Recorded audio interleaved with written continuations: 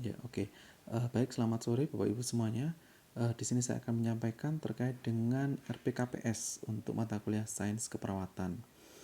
Eh, jadi mata kuliah ini adalah nanti disampaikan pada semester 1 dengan beban adalah 3 SKS kuliah, dan ini merupakan mata kuliah wajib dasar. Jadi semua peminatan wajib mengambil mata kuliah ini.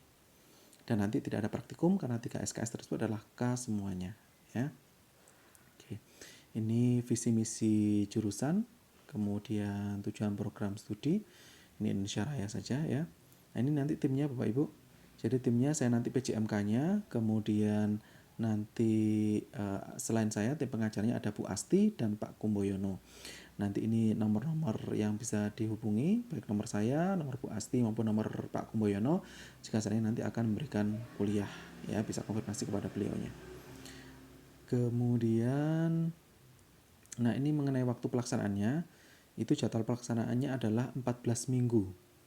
Jadi 21 September, yaitu mulai minggu ini sampai dengan 23 Desember 2020. Ya, jadi praktis adalah 14 minggu dan itu harus 14 kali pertemuan, itu termasuk UTS dan UAS.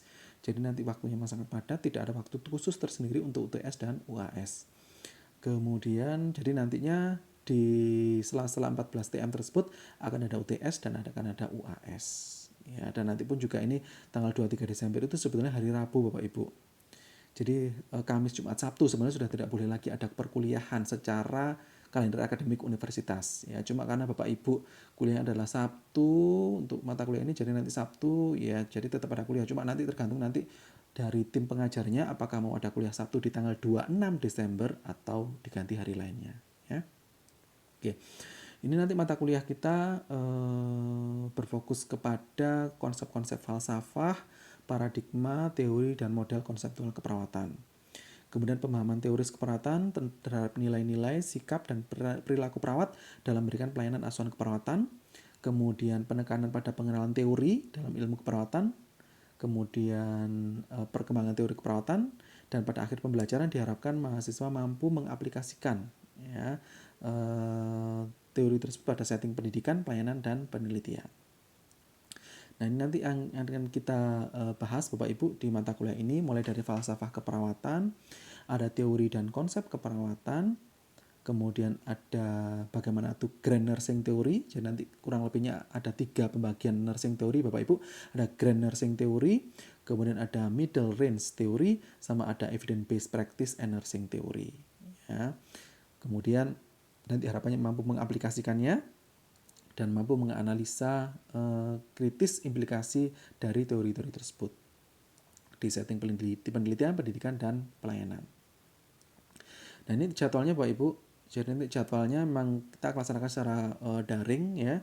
Jadi pelaksanaannya nanti setiap Sabtu jam 8 sampai dengan jam 10.30 karena 3K, 3 SKS. Jadi kuliahnya adalah 3 kali 50 menit, 150 menit jadi 2,5 jam. Cuma nanti ini waktu pelaksanaannya memang bukan waktu pelaksanaan memang daring. Jadi nanti waktunya memang nanti jika saya dari dosen yang bersangkutan mau mengadakan kuliah sinkron via Zoom misalnya, maka jadwalnya adalah ini dari Sabtu pagi.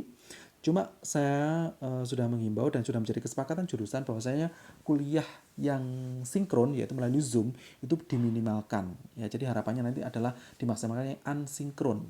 Ya, jadi yang tidak tatap muka online via Zoom seperti itu tidak, tapi asinkron misalnya berupa rekaman seperti yang sedang saya lakukan seperti ini, atau nanti link YouTube, atau mungkin diberikan materinya di sistem online-nya ya.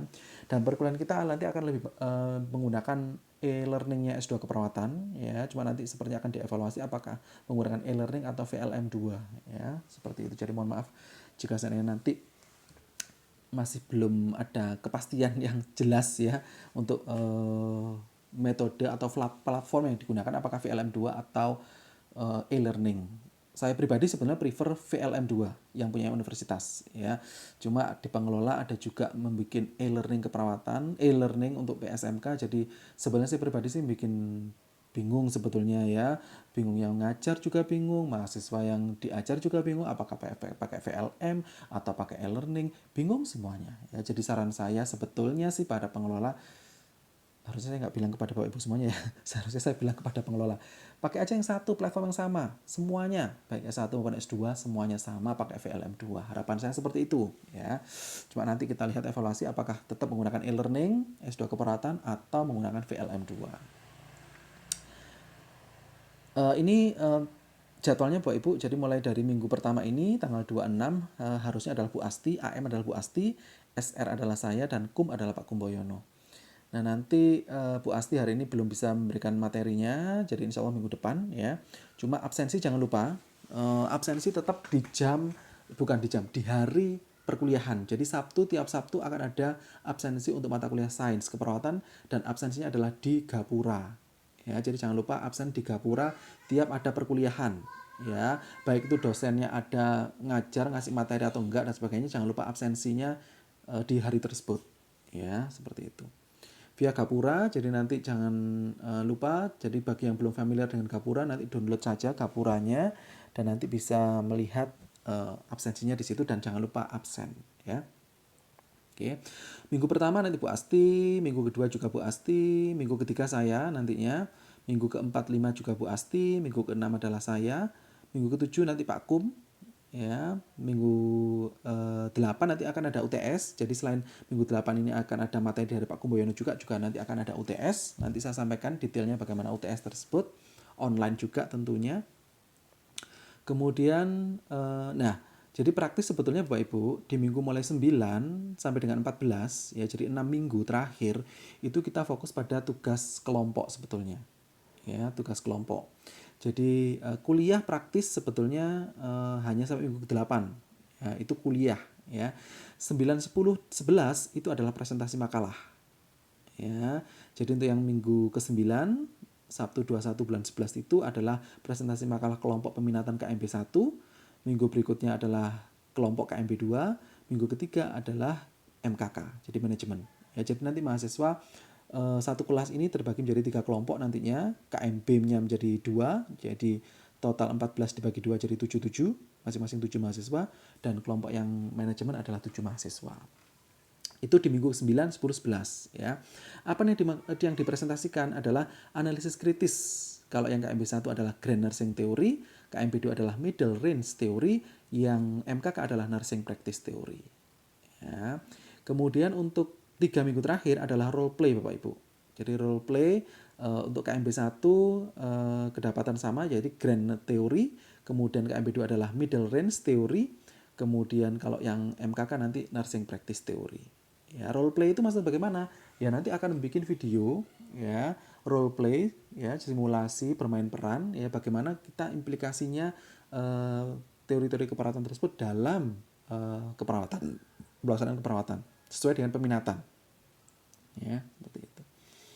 Oke, untuk tugasnya Bapak Ibu, nanti tugasnya itu akan ada 2, jadi tugas mandiri dan tugas kelompok. Tugas kelompok sekilas tadi sudah saya sampaikan, bikin makalah dan juga bikin role play. Untuk tugas mandiri akan ada 2, jadi mengidentifikasi kelompok teori keperawatan dan ada journal reading. Ya. Ini sebenarnya sih agak sedikit banyak sih sebetulnya tugasnya. Jadi ada tugas kelompok 2, individunya 2 ya, selama 1 semester, tapi sebetulnya cuma ini kan mata kuliah sains saja.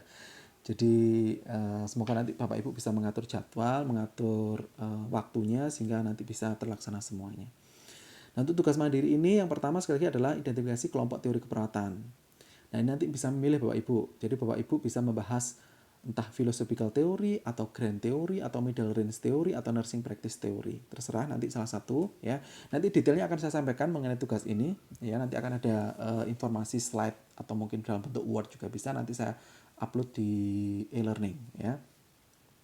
Kemudian layoutnya adalah ada pendahuluan, kemudian ulasan masing-masing teori keperawatan, kelebihan dan kekurangan masing-masing teori keperawatan, dan referensi.